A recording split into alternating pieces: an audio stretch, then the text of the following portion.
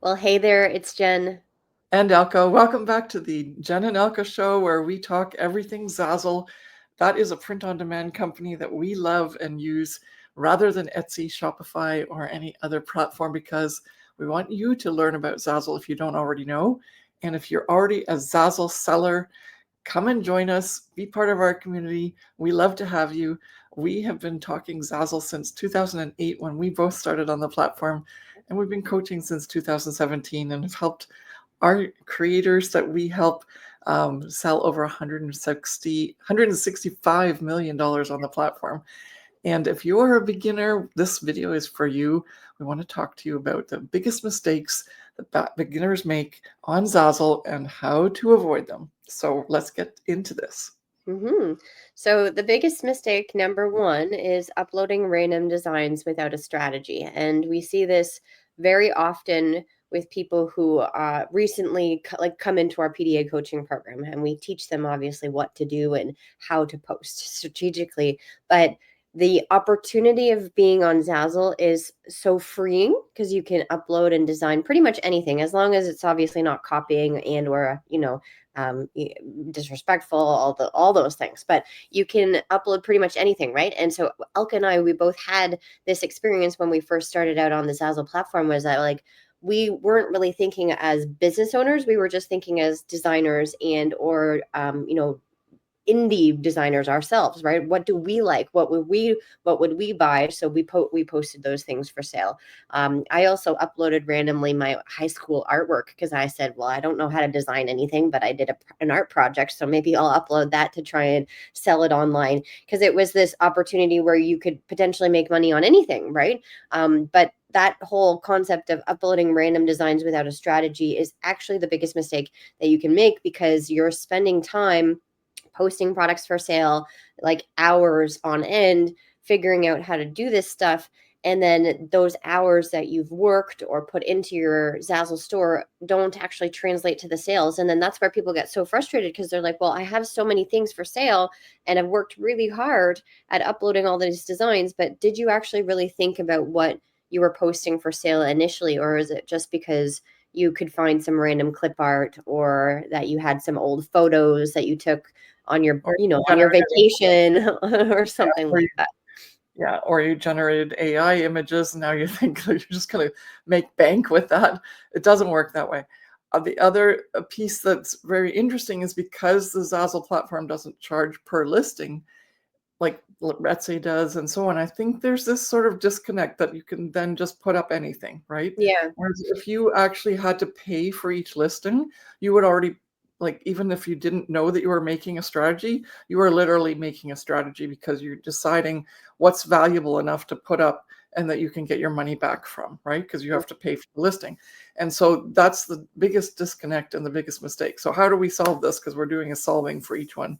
So Yeah. So the solution is design with intention. Elke and I coined the phrase intentional products. If you haven't heard us say that before, what we mean is that you're doing the research first initially with your niche or niche and understanding what product types not only are the designs but product types that are in that niche and or niche, and then understanding what the demand is for within that niche, right?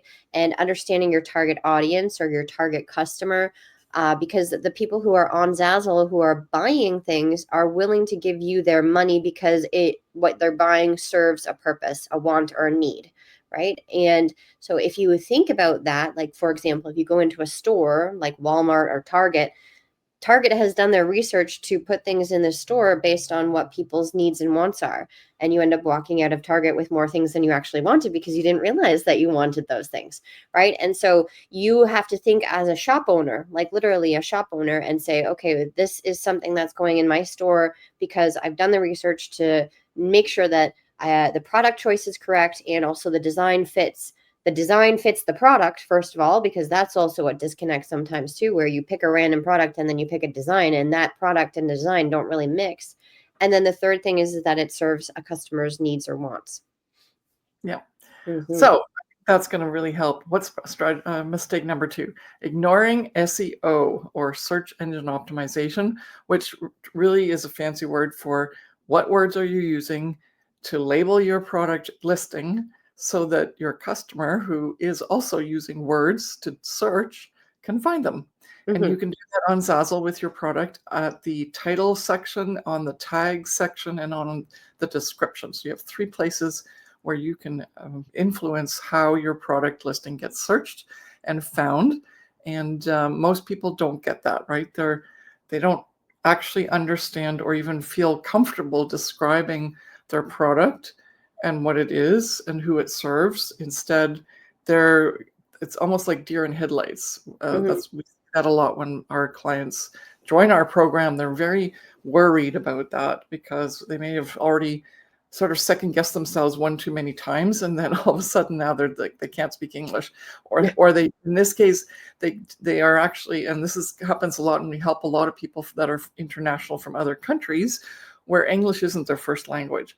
And that makes such a big difference, right? As soon as they learn the keywords that they need, or we give them resources as to where to find them and how to make sure that they're using the trending ones, etc.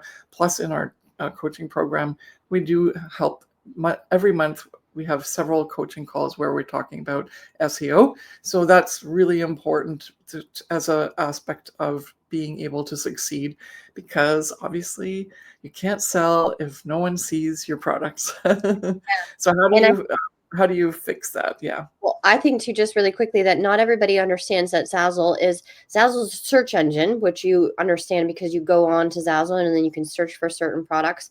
But there's sometimes that disconnect of understanding that every product that you make is literally a web page. So even if your product is the most amazing product, it's the best design you've ever done, and you've done all your templates properly, like the product itself works and is perfect, if you don't have the titles and tags to help people find your product, it's just going to get lost in the internet space, unfortunately.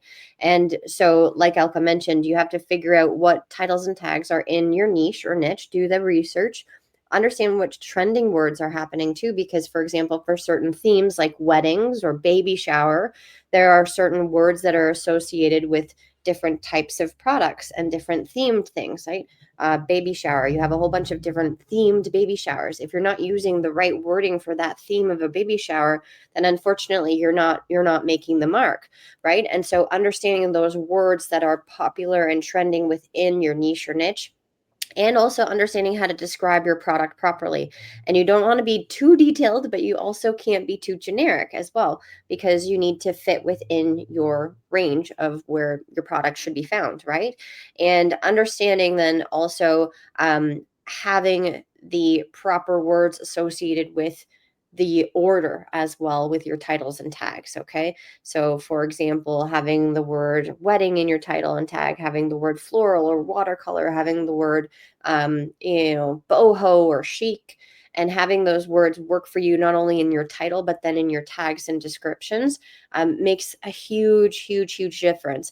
And we still see to this day a lot of people making mistakes on their tags because they include the product name in their tag, which you don't need to do, including random words to sort of stuff everything in all in one. Like, for example, if you have a product that could be potentially bought for Mother's Day, Father's Day, and a birthday, let's call it, then you put all of those tags into your tags. And unfortunately, that's not helping you, because even though you think that you're being clever of, like, catering to all of these different types of people, it's actually not helping you within the algorithm. Okay. And so doing the research, understanding what is particular for this product choice that you have and the design choice within your certain niche.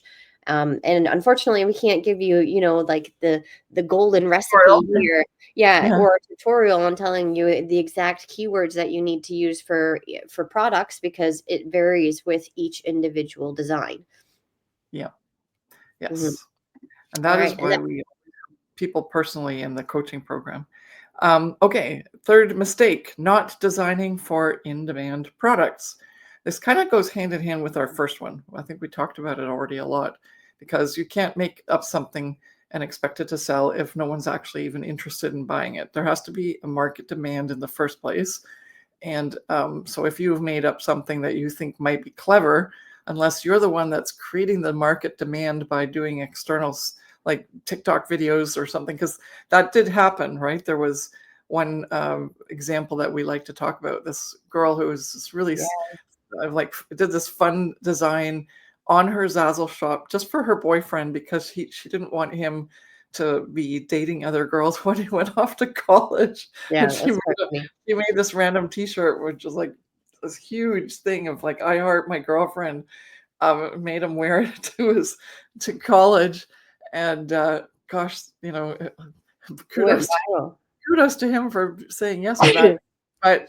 But yeah, it took like her TikTok account didn't even have any people really following except for her friends, but this thing just took off and Mhm. got like tens of thousands of views at the time, and now it's like blown up. But on Zazzle, her product got like she has actually multiple different designs now, and they all came to about 1 million plus views, and so she created the demand, right? And because of that, she sold a lot of those T-shirts. But that's not always the case. No. And so instead, you go the other way around and you reverse engineer and you say, okay, what is currently in demand, and who do you look to for expert advice on that? And like you can use us as one of the places to go, but you can also look on Google Trends. You can go check out magazines in the niche or niche that you're interested in, or online when they put out the reports like this is going to trend for 2025, etc. And then you realize, okay, that's in demand.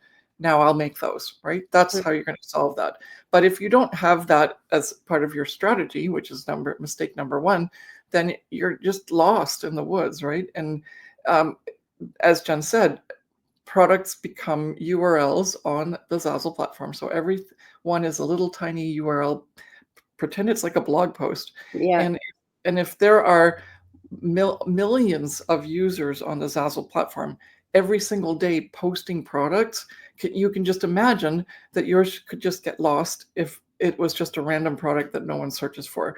Then it just kind of falls to the bottom of the algorithm. And so, you're out of luck. And so we need to decide to make it more of a chance for you to sell, make the work useful work that's strategic so that you can pick in-demand products to start with and have a better chance of starting to sell. Okay. Mhm. Yeah. So number 4. Yes, number 4.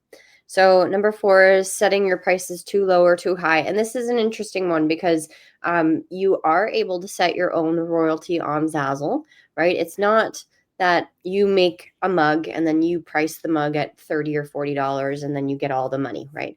Let's say you're selling on Etsy or something like that, where you are the maker and the seller and the in between person, right? Zazzle allows you to create a wide range of products. They have over 1,500 different product types and styles. And in doing so, you are able to set your royalty between, you're allowed to set it between, 5 and 99%. But Actually, they just changed that. It's April oh, 2nd. First, they have maybe then you should be talking about it yes. because there have been some updates. Yeah.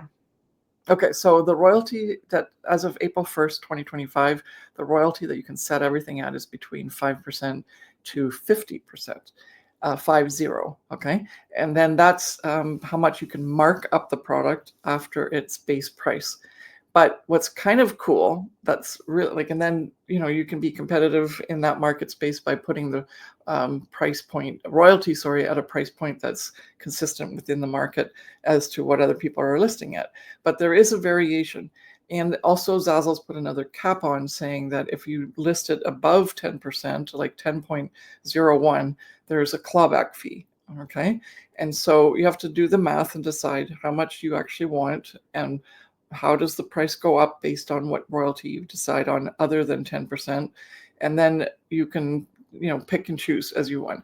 We've been teaching and also pretty much implementing that as a 10% rule since we started, and we've done really well with that in most of our clients as well. So that way, first of all, you don't have to worry about the clawback, which isn't a lot really, but it's something, right? So if you do a lot of volume, at some point it might make a difference. But what's really making the difference, especially with the new terms, is you being able to self-refer the product and get not only the royalty but the referral. And that's where the money can be really made, first of all, and that's always how we taught.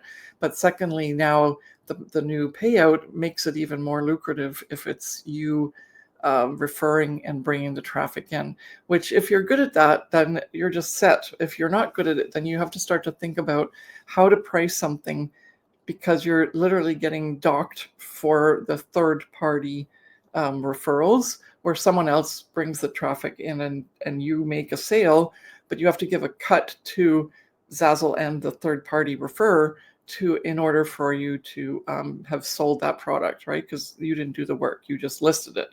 And so because of that, your royalty, if you set it at 10% and it's $100 sale, if it's third party, you actually get a clawback based on a certain percentage based on what product type it is. There's a big table, you can go check it out. But it's somewhere between 30 to 35 to 50%. So that's huge, right? So if you were expecting out of $100, if you're expecting $10, but it was a third party, then then you are only getting $5, right? Because if it was an invitation, that gives 50% royalty referral together. Then that means that you lost $5 in a way, but you also made $5 without having to promote. So you can do the math and figure it out for yourself. If you're very savvy, then you'll start to play a game. But otherwise, just set it at 10%. And start learning how to get a lot of people coming into your store so that you can sell and make that extra money and make 50% of the actual product price, which is awesome. Yeah. Okay. And then the last mistake is expecting quick results and not really understanding that Zazzle is a long-term game. There have been so many viral videos out there. Elke and I have been talking about them quite often on our channel recently that showcase a funny t-shirt or a mug, or I mean, most of those are the most common ones, but other products where someone has looked up the statistics on Everbee, and they're not even the designer or seller. They are just a random YouTuber. And then they say, wow, look, this t-shirt's made $10,000. You can do the same. And then they show you a quick tutorial about finding a graphic on Canva, putting it up on Shopify or Printful, and then putting it up on the Etsy store. And then they just leave you hanging. So you're disillusioned thinking that you're going to make $10,000 instantly because you made this viral t-shirt. It doesn't happen that way. And unfortunately, a lot of people have that put in their brains already, and or you haven't been exposed to that media, but you still think that because you posted a product for sale on Zazzle that you should be expecting sales like tomorrow. And We get so many emails like that, like, Jen and Elke, you're such experts. Tell me why my product hasn't sold yet. I listed it yesterday. yeah, and there's so many things that go They're very on. serious. Like, they're dead serious. Yeah. And there's Yeah. so many things that are like that could be an answer to that question, right? Did you post the product at the right time? Is this product in demand? Is this product selling right now because of the season, the time of year, right?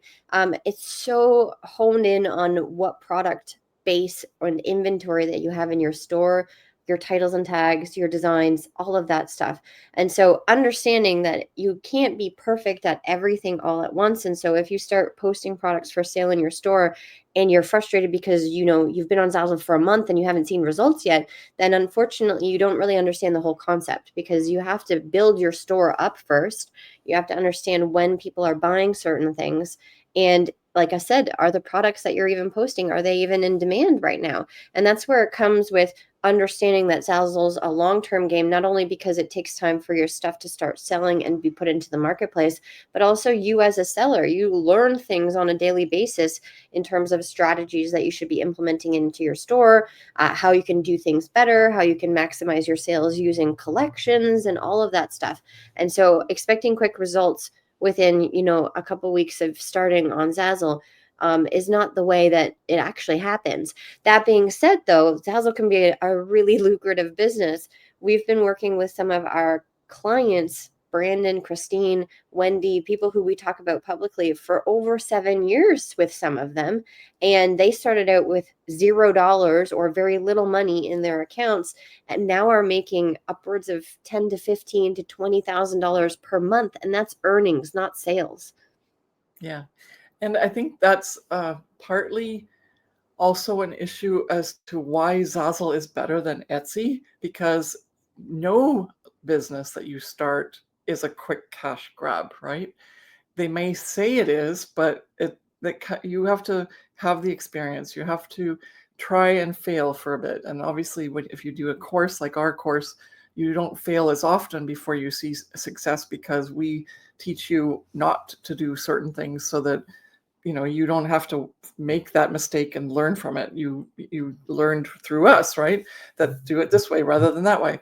And because you're not paying for your listings while you're waiting to succeed like you do on Etsy and any other place where you have to either meet a quota really fast, like on Amazon merch, or you are you're like you have your Etsy, your Shopify store, and you have to constantly pay for ads or for anything else where you're like it's day to day without any sort of regard as to whether or not you're succeeding, then it'll makes Zazzle that much more lucrative, because you are not losing money while you're learning and implementing and setting up the foundation in your Zazzle store. So yeah, it's I like it for that reason alone, because you get to try so many more things without having to invest dollars in it, which is awesome. Okay, we're running to the 40-minute mark. So I think and then there's some noise in the background. I'm not sure what's going on. Okay, that's going to take us out. I hope this video was helpful for you as a beginner. You can tell that there's a little bit more involved than what you initially thought, where you just go open a store, throw some products up, and you're going to just start cashing in. But we don't want to discourage you as well, because if you do the things properly, then it starts to work a lot quicker, and you start to see sales more consistently and frequently. And that's just happened with a lot of the people who are in our training. So there is proof, just not trying to pitch a sale here, but I just want to say, if you're going to get the training, then that will probably help you. So to start with, we're going to help you because we've created a really cool guide that's going to help you with 2 or 3 of these mistakes so that you don't have to make them, and that you can already start at a higher level than most people, right, on the platform. So you can hopefully see success sooner. It's a downloadable. It's called 150 Trending Product Niches and SEO to help you with getting started. You're going to be able to pick from a particular niche that's trending. You're going to have a strategy because you're going to know what products to make, because that's what's listed there. Trends as to what's trending in 2025.